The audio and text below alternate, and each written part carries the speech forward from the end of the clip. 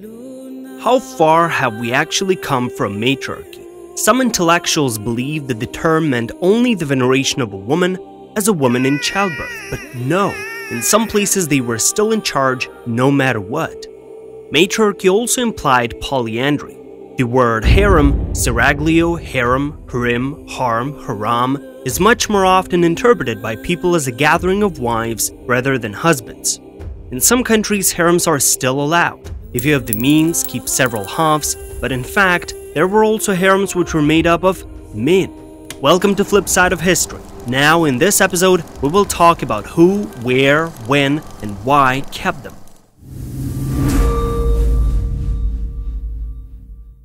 The reason for the appearance of these harems. Scientists have found that in nature, females who mate with many males in different times have more viable offspring. Babies are born bigger and stronger in terms of health, develop faster, do not get sick, they overall live longer. But before the scholars of the 19th and 20th centuries, this formula had already been conjectured by the rulers of chiefdoms where matriarchy reigned. Such chiefdoms were, by the way, exclusively among farmer societies. A certain life experience has caught fire. But why do we talk about agrarian societies? Agriculture evolved from gathering, and it was carried out exclusively by women. Husbands from the time of the first sapiens disappeared while hunting. Therefore, where agriculture was more successful, the sex on which agriculture depended was the dominant sex. A woman fed everyone. Even from ancient times, matriarchy has been characteristic of Central and the bordering to it part of Eastern Europe, South America, the most fertile parts of Africa, South and Southeast Asia, Malaysia, Polynesia, and fertile valleys on the way down from Tibet and the Himalayas. In part, in these territories and folk traditions, matriarchy can be discovered even today. We are obviously not talking about this part of Europe, which we were describing, where the matriarchy was destroyed by the Indo-Europeans. However, there are certain exceptions. Polyandry also developed in completely desert areas, among the Berbers and in some of the more southern deserts of Africa, for example. This suggests that this practice was not directly related to matriarchy, but more so to the best way to preserve offspring. Thus, the men's harems were necessary in aforementioned societies for this or that reason, while the harems where women were kept in most cases served only for the pleasure of the male ruler. Polyandry is more archaic than polygamy. Although falls out of the paradigm, the harem of Pharaoh Amenhotep III, created for his sons and their friends. Etymology of the lexeme for word harem. Thus, we have already answered the question why it was created.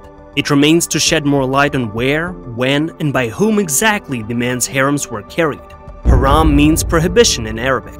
In the space where spouses, concubines, small children stayed, the entrance of a guest is an absolute taboo. Women monarchs of ancient Media.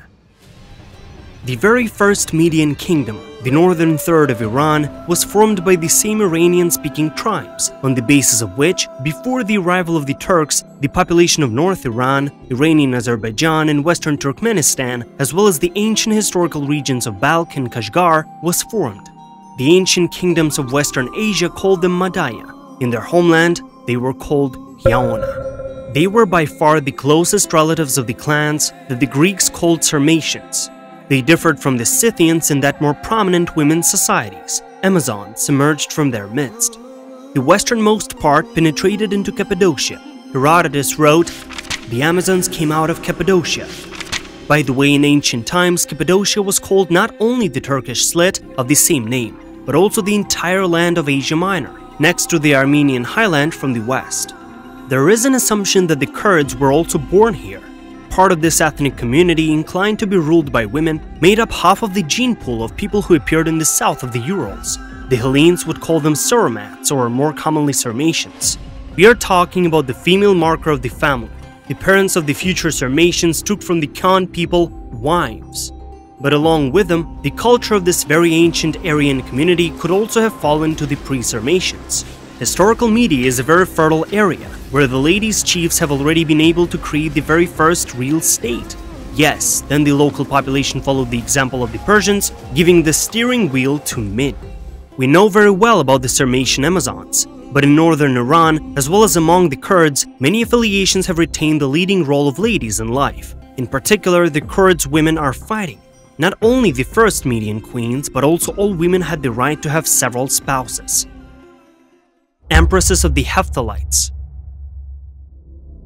People of the same gene pool and, accordingly, the same customs, Hiaona, formed the kingdom of the Hephthalites, originally Abdalites. The founder of the state was called Abdal. We are talking about the region of present-day Central Asia, Afghanistan, and northern India. A millennium has passed since the first Media, but nothing has changed in this ethnic surroundings. Polyandry remained legitimized even though the leading role in the life of these places belonged to men. A representative of the more dominant sex who had several husbands wore a hat with horns. The number of horns on it corresponded to the number of her official spouses. What is unique about the Gilan region in northern Iran? Among the Gilans, descended from the tribe of Gels, who were part of ancient Media, women still have the right to give consent or simply say no during a marriage proposal. The Gilan woman can set the dowry herself and quite often takes an active part in the family meeting devoted to the bridegroom's dowry. There are indeed hypotheses that in the past, the Gilans generally practiced either polyandry or a woman chose a man for herself. Islam did not completely kill the ancient traditions of the region of Iran, formerly called Media. Persia, and Media became a part of it, had a strong influence on its western neighbor, the Ottomans. Words, utensils, weapons, certain customs. It is known that in the palaces of some Turkish sultans there were also men's harems. After all, the female half of the ruler's relatives also wanted to indulge in specific pleasures. Chief women of old Nigeria. In memory of the chiefs and skirts, there were also male harems in the territory that was dubbed Nigeria, especially in the north of today's country, that is, in the Irigwe tribe.